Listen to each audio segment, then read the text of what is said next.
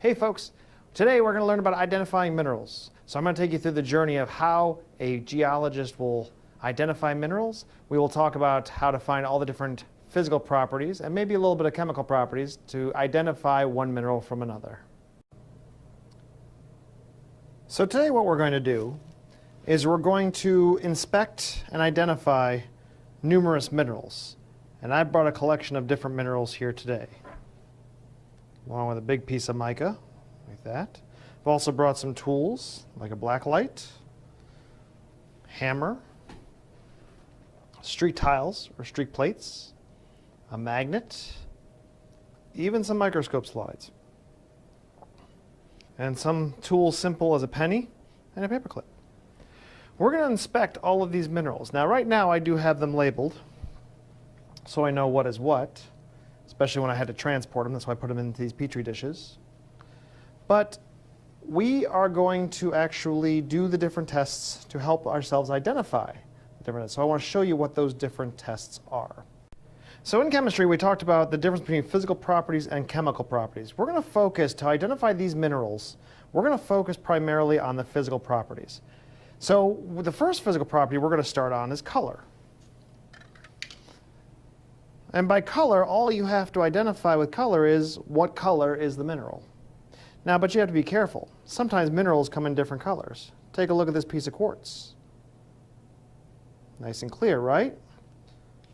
Well, this is also quartz. But if you take a look at it, to look really close at this piece of quartz, it is rose color. This is actually rose quartz. But it's the same mineral. It just comes in a different color.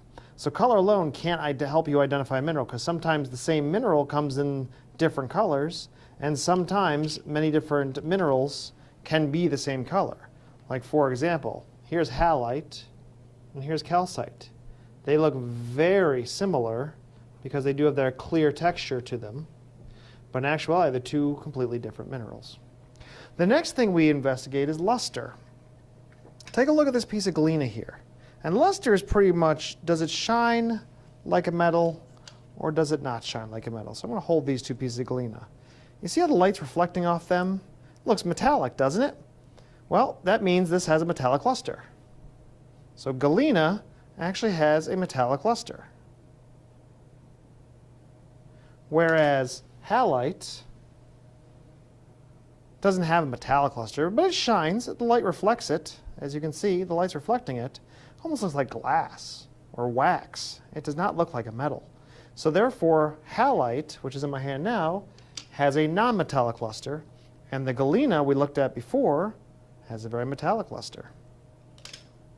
Sometimes appearance, like color and luster, are good enough to identify a mineral, but sometimes you can't just identify a mineral based on just appearance alone. Sometimes you have to put it through some different physical tests. And we're going to do that with a number of these different minerals. So I'll explain each physical test to you, and we're going to talk about what you need to do in order to identify a mineral based on that test.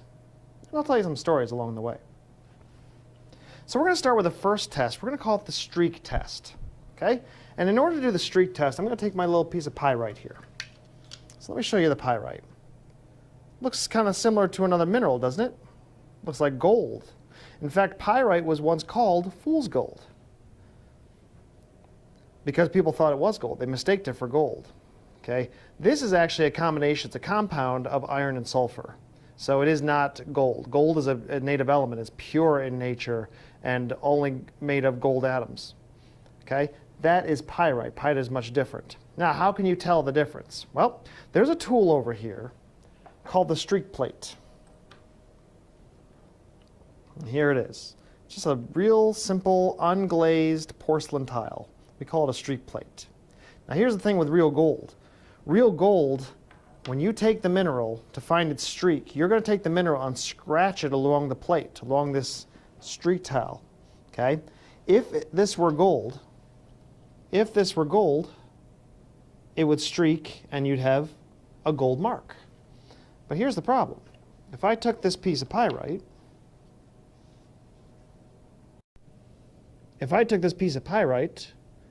and drag it across this streak tile, you're seeing a different color of a mark.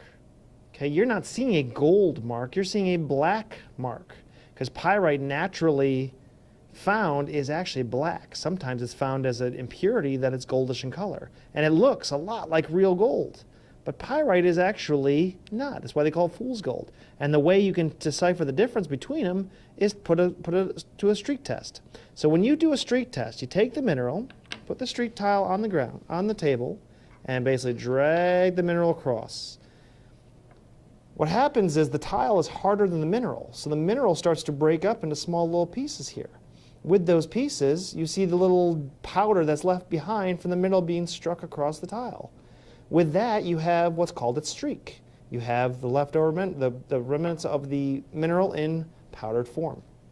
So the way to identify the mineral streak is to state what color that powder is that's left on the tile itself. So that's how you find the streak of a mineral. If I were to take this galena over here and do the same thing, let me go to the fresh side of the tile, it should be a silver streak. Silverish, blackish. It's tough to see with the camera, but that's what it is. But that's its streak. It's what color the mineral is in powdered form. Another test you could do is going to be a mineral's hardness. Now for hardness, I'm going to use a couple of minerals here. I'm going to use the quartz, the rose quartz or the regular quartz. We'll use that to test out the hardness of a mineral. But I'm also going to use one that's actually considered the softest mineral, and that's talc. That's right here. This is talc, and this is quartz. Talc and quartz have different hardnesses to themselves. So when you're out there looking at minerals and you want to know how hard a mineral is compared to another, the easiest way you can do it is to scratch the minerals against each other.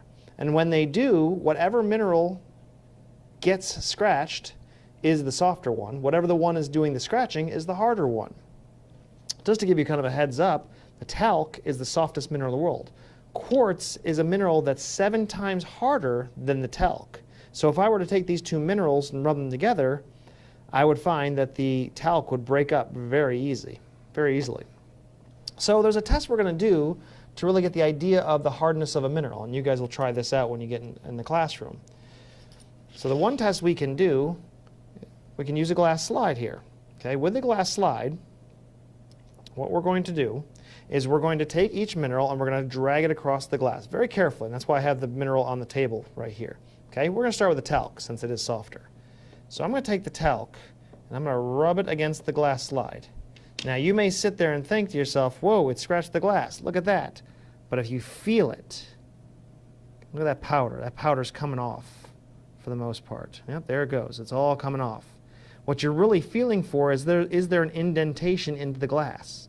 And there is none, because as I'm wiping my thumb around it, I'm taking all the powder off, which means that this mineral talc is actually softer than the glass. So when I rubbed them together, the talc was coming apart, the glass was holding its own.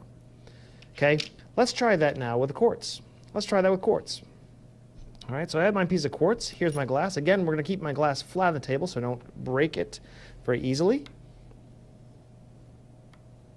Maybe you can hear the quartz cutting through the glass.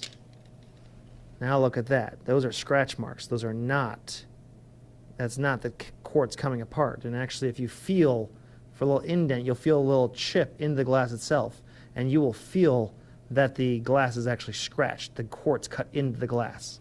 So the quartz is much harder than the glass itself. The glass slide sits at about 5.5 in hardness. Now I'm using that number based on 10. There's what's something called the Mohs hardness scale. And the Mohs hardness scale is a scale of 1 to 10 where they take minerals such as talc, such as quartz, such as corundum, such as some others, and fluorite, and they pretty much rank their hardness and softness. Softness is given a number of 1, and hardness is given a number of 10. Now the one mineral I do not have here is diamond, which is the hardest mineral. Diamond is the hardest mineral, but diamonds are tough to come by, and they're very rare, and they're very valuable. So I don't have the budget to be getting a diamond.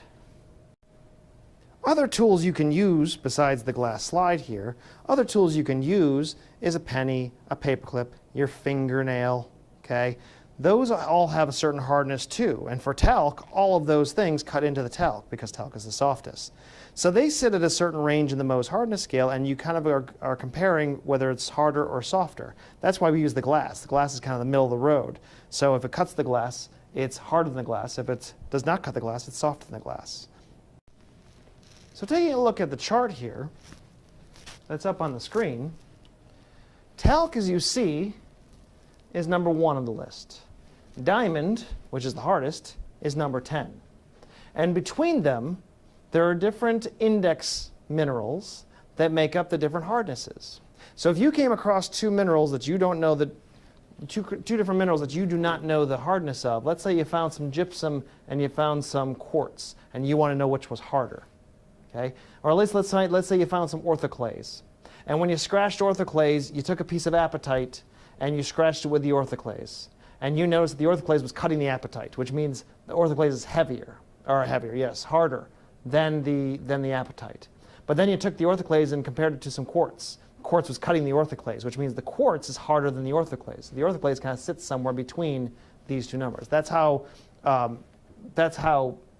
geologists will measure the hardness of a mineral and compare them into those numbers. They have a kit that they have with them that they will compare and basically take the mineral in their kit and rub it against one of the other minerals to see where it falls on the Mohs hardness scale. So again, number 1 is talc at the softest, so which means all of these minerals cut talc because it's too soft. And then the hardest is the diamond, which means no other minerals cut a diamond. The only thing that cuts a diamond, another diamond. Another test you can do to identify the characteristic of a mineral and actually try to identify what the mineral is a hardness test. No, we did the hardness test. It's the cleavage and fracture test. How do they break? How do minerals break? Sometimes minerals can break in one of two ways. They can either break in flat sheets or 90-degree angles, or they can fracture, which means they get hit with something hard or they don't break in any specific pattern. So I'm going to show you a piece of mica here. Okay, take a look at this piece of mica. All right, mica is a mineral, and it's a mineral with what's called a prominent cleavage. And by cleavage, I mean that when a mineral like mica breaks, and you can see I'm breaking off a piece right here, when a piece of mica breaks, it breaks off in a flat sheet. So there's a mica sheet, okay, that I just broke off from the larger chunk of mica. Okay, so mica actually has what's called a prominent cleavage, the fact that it breaks, and cleavage means that it breaks along a flat surface or a 90-degree angle. Okay. Similar to that is halite. Halite is another term for rock salt, which means now that it's getting wintertime and getting colder out, and you have all the salt trucks on the road making sure that the road is not too slippery for drivers, they're putting a bunch of this stuff broken up into little cubes onto the surface of the road to make sure that the cars can actually grip the road, or the tires of the cars can grip the road. So right now, it does look like it's a rectangular piece already. It kind of looks like it was broken off in this kind of rectangular piece. But what I'm going to do, which I'm not going to let you guys do, but I'm going to have some fun and do, and that's why I'm wearing my safety glasses, is I'm going to take a hammer, and I'm going to break this piece of halite. So I'm just trying to make sure my angle's good. Okay, and when it breaks, you'll see how it breaks. The fact it's going to have a prominent cleavage, which means it's going to break along a 90-degree angle. All right, so you ready for this? Take a look how it broke. It broke in cubes, or rectangular pieces. That's how it broke, and it's even breaking even more. Look at that, broke into a cube, just in my hand there.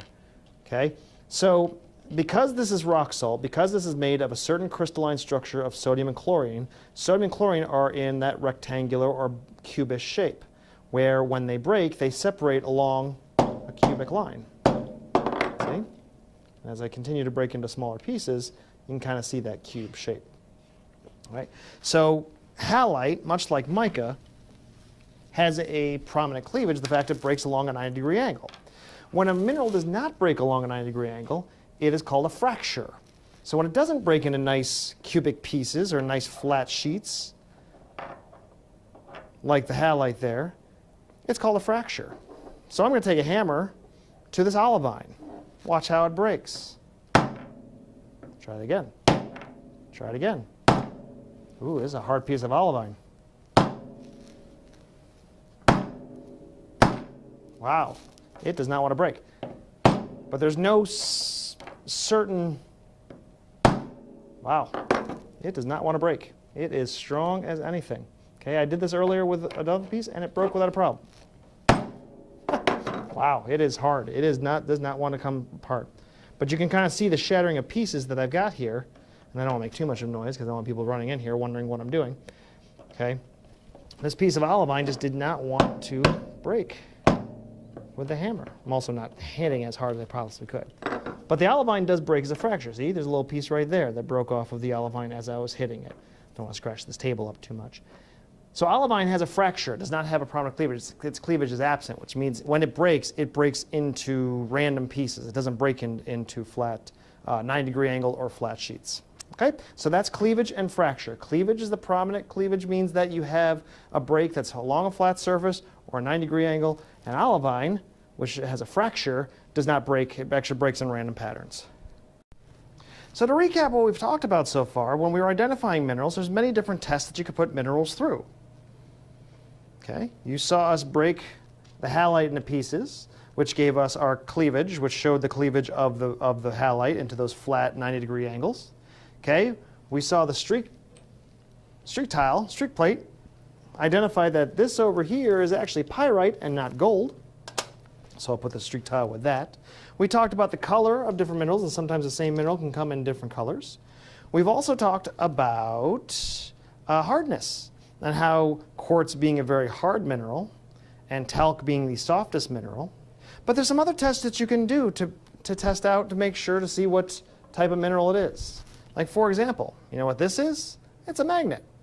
Okay? There are certain minerals that are magnetic. And you know what element they have to have in order to be magnetic? Iron. So which means that none of these minerals, as I wave the wand over each of these minerals, none of them have iron in them. Oh, except this one. Okay, this one is magnetic. Okay, this is hematite. This is iron ore. This is where they get iron for the different railroad tracks, and iron for different uses of iron when hammers and nails. Okay, just like this hammer over here. That hammer over there is made of iron. You don't believe me? Well, sticking to it. That hammer is made of iron. Okay, that's the mineral that came from this piece of hematite. There it is. Okay, so magnetism can be a way to characterize what type of mineral is what. I'm speaking to you in the dark because there's another way to test out a mineral.